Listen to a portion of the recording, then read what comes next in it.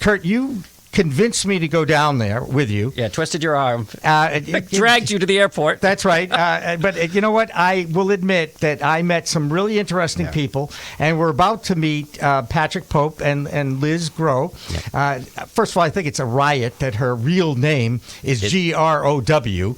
And the Grow House is the show that these guys are producing for High Times TV. So check them out, High Times TV, the Grow House. Just a great couple, literally couple, that are madly in love, and they love the cannabis plant, and they created a show. They just turned a camera on, and they're some of the coolest people. Try to check out their content on High Times TV, and we will be talking to Liz, who we hung out with in Jamaica, and we should tell them how we met. We were go ahead, you could say. We were doing exploratory research at a Jamaican dispensary, and we walk in with our little cameras, and there's Liz with this. It looked like a octagon whizzing around with a camera and filming and tagging people. So I guess she's on the line. How you doing, Liz? Hey, Jimmy. How you doing?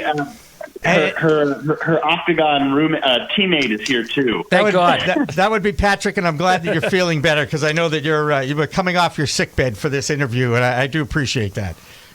This motivated me to get better. So I want to. Curt is trying to take us back to the time we actually met at a dispensary in Jamaica in Montego Bay. But that was really what I consider to be a social club, and we know that in California they now have an official cannabis social club as well. Have you guys visited that yet? Oh, you know what? We haven't visited the one in California. Are you talking about Lowell Cafe? Yes. Yeah, no, we haven't visited that one yet.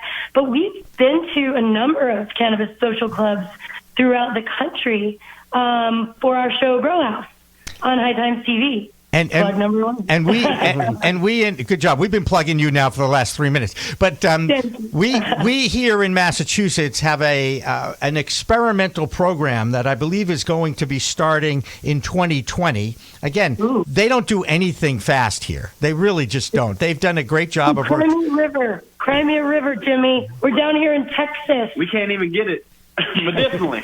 That's right. Yeah. I do understand that, and you're right.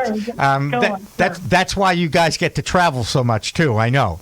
Right. Just check Liz's boot. Check the bottom of her boot. It's hollow. What? So, guys, I mean, enlighten us a little bit about how you came up with the idea for the Grow House, because I know this is a very good story. It's a fun story. Yeah, so, Patrick has been a professional video producer for 20 years. And so this is his job. I, on the other hand, was a closet stoner, business professional. Okay, I relied on cannabis in my daily life, but I was afraid to open up about it. And I really kind of felt ashamed, I think, about it until, I think, 2 years ago, I went on a business trip to Las Vegas, and I couldn't find any information about the legal weed that was there because I was so excited. And I just called Patrick in tears, and I'm like, we have to do something. We got to make a show. and I was like, yeah, duh, you're absolutely right. So we just started turning our cameras on ourselves and the industry. Or at least just exploring the industry with cameras, and the rest was history. We haven't looked back since we started doing it. It felt right. The doors just started to open. The need for storytelling in cannabis was obvious once we were in it, and we don't plan on stopping. That's awesome. Give our listeners and viewers at this point, what are some of the highlight shows or episodes you've done? What have been some of either the most educational or the most fun that you two have kind of put together? Oh, well, the first one that comes to mind is where we were caught naked in a hemp field outside of Philly. Okay, no, the other videos. This is our show. No, we were, and yeah, we did a really fun episode just outside of Philly, just exploring Pennsylvania hemp, and exploring how the communities are now kind of relearning how to grow this, historic crop in that area. And we didn't have any clothes on. I mean, we did have little clothes on, but we were doing an Adam and Eve shot where we were. I was just going to say, I'll take the bait. Of course, was this Amish country? What were you doing with your clothes off? It was Amish country. We gave them an eyeful. I'm sure there were some of those leaves properly placed. Let's just say. Am I? Oh, for sure. They were. The concept was replacing the fig leaf with the hemp leaf. Right. I get it. Oh, I get it, Patrick. I Obviously, totally Jimmy's tried this before. Yeah, Of course. Absolutely. I totally get that. I totally get that. Also, in the Boston Marathon, they give you the laurel wreath as you win it, right? Right. Oh, yeah. And it, too, looks like a hemp leaves, too. So, Right. look, so in Jamaica, we were all four of us were there. Who were some of the characters that you guys found down there that you got to spend some time with? I have to tell you, I was so intrigued by just the Rastafarians that were there and sort of their purpose for being there. Protection of their strains and protection of their religious beliefs and their indigenous culture, and making sure that that's protected, and just kind of giving them airtime or learning about their stories as all of these people from out of Jamaica were there for this conference was a really, really cool mix for us to watch. And so I was really intrigued by that. And Yeah. And I, too, got to sit down with First Man, right? First Man? But the Rastafarian that was in a lot of the panels. And I believe he also gave the benediction at the very beginning of the conference, too. And it was 7 minutes. It was a religious experience for me because, A, I'd never talked to a Rastafarian before. And he explained how... why the plant is so special to them and the role it's played, not just in his life, but in the culture and the history of that island. Yeah. Mm-hmm. Yeah, God, don't you feel like you left that place with, so much more knowledge? Oh, yes. I mean, we are, ostensibly, cannabis experts. We travel, we turn a camera on it, we eat, sleep, and breathe it. But you relearn all that stuff when you get to Jamaica, I felt like.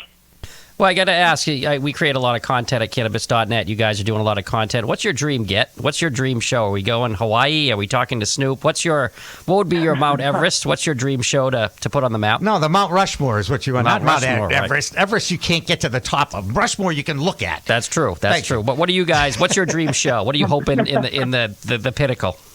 God, so that's, I can't answer that. I think that we can't even begin to imagine how big the industry itself will get, and by default, the number of people and the number of eyeballs on it will grow. So, what the pinnacle would be for us is, having a positive influence, just in our own community, in our own country, on our globe, right? We want to change perceptions of this plant, and we want people to embrace it so that they can love themselves more.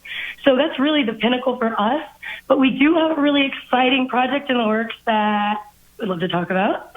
Well, I think along with that vision that Liz just shared, one of the ways we're attacking that, it is through the mainstream. And how do we get positive cannabis content on cable or network TV? And that has always been the goal. And yes, there's all kinds of platforms that are streaming now that would be a much easier or more likely place to take something as risky as a cannabis topic show. Mm-hmm. But we believe that in order to change perceptions of the people who have heard that drugs are bad their whole life and treat cannabis as a drug, is to show them that it's not. It's actually a beautiful, booming business with great Americans and awesome people in it doing amazing things for their own hometown.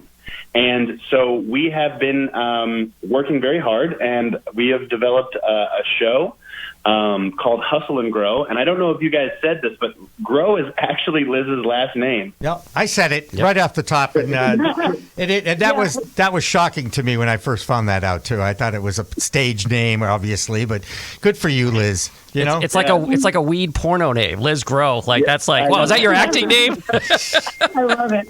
I'll take it all day long.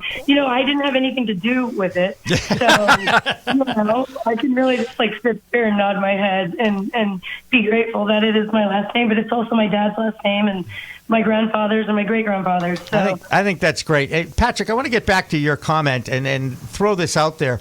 One of my biggest frustrations is the fact that public service announcements are not aired for the most part, in legal states.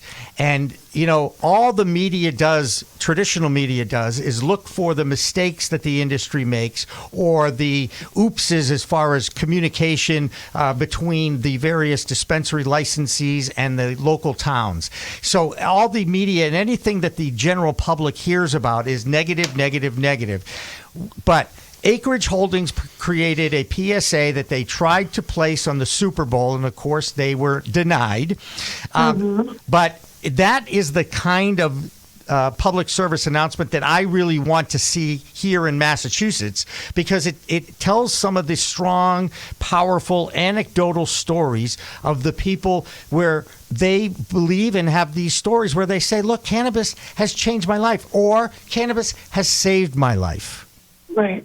And, can't we get that going somewhere? I think it's a matter of just of persistence, right? And that we know that cannabis is going to change our country for the better. And so that we just have to keep marching forward. And these are the little defeats. And I say little because they're small. In the grand scheme, if we persist and if this is the type of thing that we are driven to get out there, it will happen. And I believe that we are on the breaking point, and we are inches away from something really big, transpiring that has that break that really just starts to flood the mainstream. Yeah, and just meeting people like you, Jimmy, in Jamaica, and knowing that positive media exists. I think that's the first problem we have in this country. You show me a product that's praised in the media other than money. I'm not sure it's been praised. They just talk about it a lot. You know? Right, exactly. They just masturbate to it. Oh, right. Sorry. Back to the weed porn stuff. I know. There you go. Back to that again. I'm done here, man. But yeah, it's just, so it's really uplifting for us to meet people like you in this industry that are pushing a positive message. And, man, I really believe at the end of the day, that's what people want. There's just not enough of it. And, I guess we'll prove the model, right? Let's hope so. Yeah. We have to wrap it up, but tell our listeners and viewers, how could they find you? High Times TV, can they Google you, website? Tell us where we can watch your shows. Oh, my God, guys. High Times TV, we have a channel. It's called Grow House. You can also just find us on Instagram. We are going through some major exciting changes right now with the company. And so you'll be seeing a lot more of us. But Instagram at Grow House TX is the best place to keep your finger on the pulse.